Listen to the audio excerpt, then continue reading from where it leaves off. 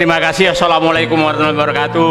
Karena ini saya menganggap penting sekali, bapak-bapak hadirin semua yang saya hormati, mohon maaf saya tidak sebutkan satu persatu. Saya tadi karena judulnya adalah apa yang kita hadapi dan bagaimana solusinya ke depan, saya mencatat ada 10 masalah, ada 10 warisan yang kami akan terima dari rezim ini. Mau tidak mau itu harus kita terima. Ini jangan disamakan 10 firman Allah menghadapi Fir'aun. Jadi, kalau Nabi Musa dulu menerima 10 firman Allah menghadapi Fir'aun, tapi ini kita menerima kira-kira 10 warisan yang siapapun presidennya akan menghadapi ini. Nah, saya mohon dibantu untuk diingatkan kepada semua. Pertama adalah, wahai penguasa, kau sudah membuat utang meroket. Kalau Bung Karno dulu membuat, Pak Harto dulu membuat utang itu hanya 0,047 triliun per hari. Pak Harto Pak SBY 0,37 triliun per hari. Pak Jokowi itu 1,7 triliun per hari. Kalau ditambah dengan BUMN 3 triliun per hari. Jadi kalau ada yang menyatakan negara ini makin bagus, tiap hari kita ditambah utang 3 triliun per hari. Itulah yang ditinggal, yang akan diterima oleh presiden siapapun nanti.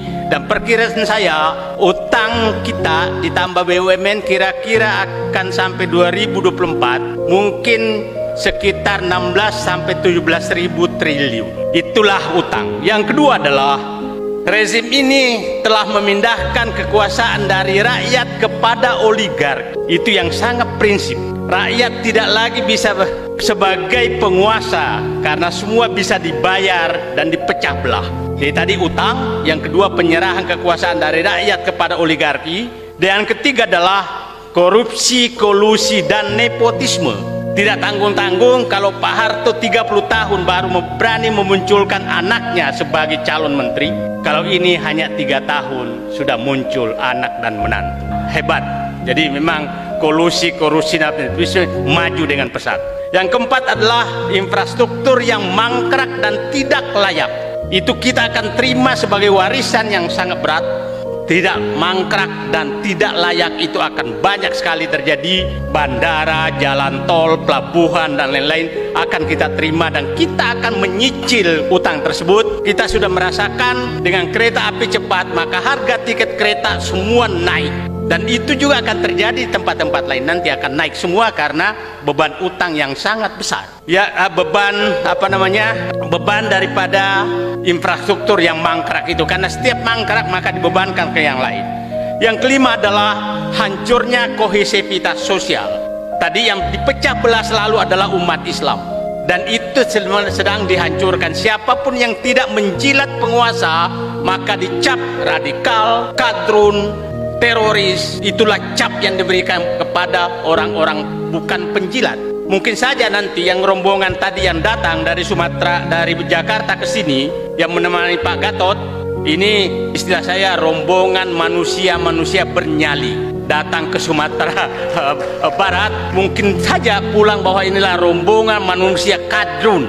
Itu pasti diberikan oleh mereka. Tapi nggak apa-apa, kita terima saja gelar-gelar itu. Tapi saya menyatakan rombongan Pak Gatot yang dikomandani Pak Batiar Hamzah adalah rombongan manusia-manusia bernyali untuk ketemu orang-orang yang mendirikan NKRI ini di Sumatera Barat.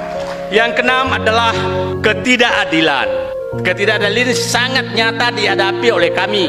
Tadi Pak GN menyebutkan ada 3 narapidana, yaitulah korban ketidakadilan. Tapi bangga sebagai narapidana, Saganda Nainggolan, Anton Permana, dan Jumhur Hidayat.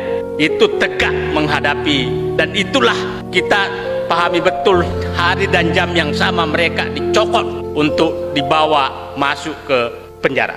Tapi insya Allah suatu saat orang ini akan tampil sebagai penyelamat NKRI. Ketujuh adalah kemiskinan. Kita miskin betul di mana-mana. Nah, angka kemiskinan naik tapi utang bertambah. Terus uang itu kemana? Kemana uang 7.700 triliun tambah BUMN sekarang sekitar 13-14 ribu triliun? Uang itu kemana? Masuk kantong kah? Nah, yang kesembilan adalah ketimpangan sosial yang tadi diceritakan sangat timpang sekarang. Orang kaya makin kaya, orang miskin makin miskin, dan datanya tidak bisa dibantah. Saya pikir yang mengikuti Twitter saya pasti paham terus karena saya selalu keluar dengan angka-angka. Yang kesembilan adalah penjualan sumber daya alam. Maka saya katakan negara ini hanya bisa diselamatkan kalau pergantian rezim dari mental kacung kepada orang-orang yang bernyali. Itu saya pikir yang kita harus tanamkan selain kebersamaan. Saatnya mental kacung menyerahkan kekuasaan ini untuk menyelamatkan negeri ini kepada manusia-manusia bernyali yang berhasil, yang yang punya semangat dan tidak takut menghadapi para cukong-cukong kekuasaan yang membungkus diri sebagai mentor pada politisi-politisi tertentu. Itu saya pikir yang perlu kita rumuskan nanti